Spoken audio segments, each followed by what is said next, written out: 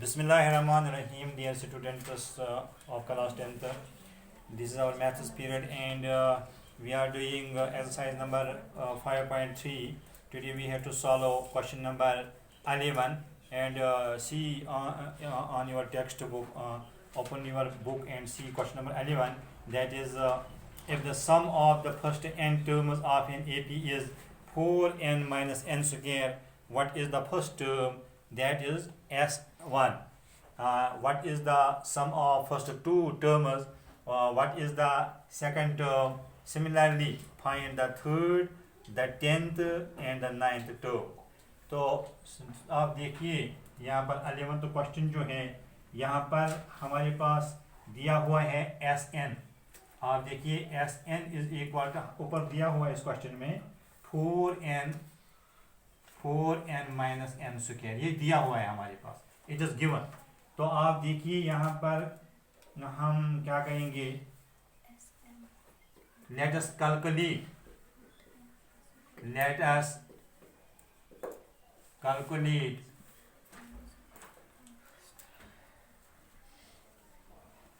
S1 and S2. S1 और S2 को हम कैलकुलेट करेंगे. आप देखिए हम लिखेंगे ऐसे, therefore Sn is equal to 4n minus n square. S1 is equal to sum of first term 1 term, that is 4 into 1 minus 1 square is equal to 4 into 1 4 minus 1 square is 1, that is 3. यानी first term का सम जो है that is 3. Therefore S2 sum of second term 2 terms, that is equal to 4 into 2 minus 2 square. यहाँ पर देखिए आप 4n minus n square, Sn is equal to 4n minus n square, that is S2 is equal to 4 into 2 into 2 square, that is equal to 4 2s are 8 minus 8 minus 2 2s are 4, that is 8 minus 4 is equal to 4. This is the sum of two terms. Sum of two terms is 4. Sum of first term is 3. That is, first term is also 3.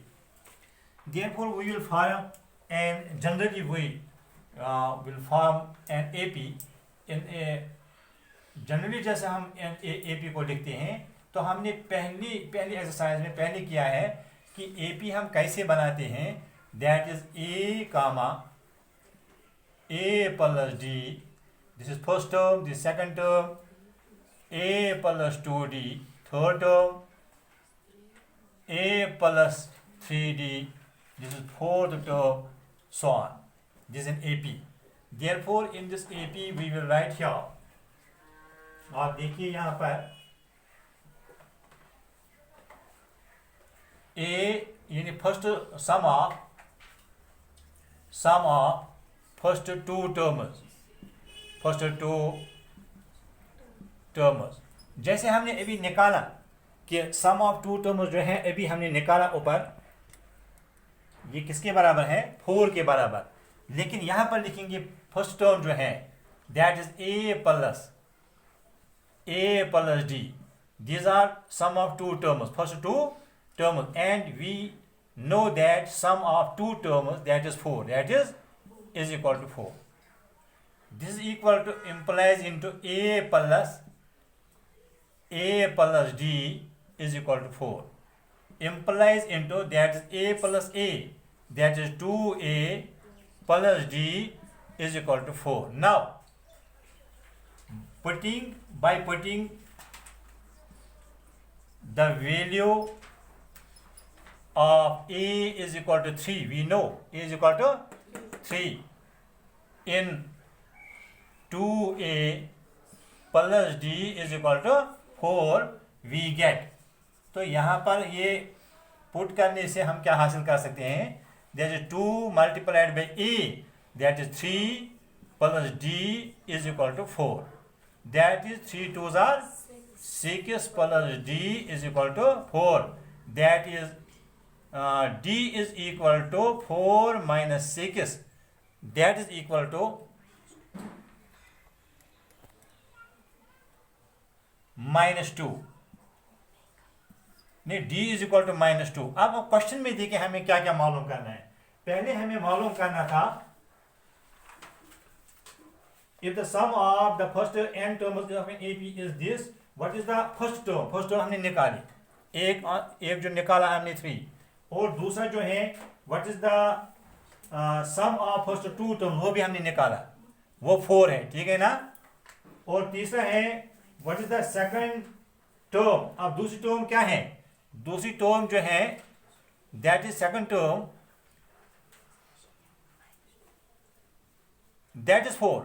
Second term is जो हमने यहां पर निकाली ना, second term के निकालेंगे आप, देखिए therefore second term is equal to a plus d, that is equal to a is equal to 3 plus d is equal to -2, that is equal to 3 -2 is equal to 1।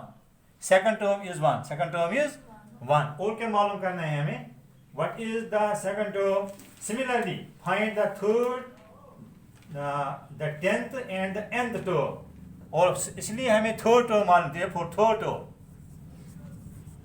Term is equal to a plus, कहाँ गया ये, a plus 2d is equal to a 3 plus 2 into d, that is -2 is equal to 3 minus 4, that is equal to -1। ये third term है। और क्या निकालना है हमें, 10th term. Therefore 10th term देखिए कैसे निकालेंगे हम। 10th टर्म दो तरीकों से हम निकाल सकते हैं। नंबर 1 जो है a प्लस 9d, ठीक है ना।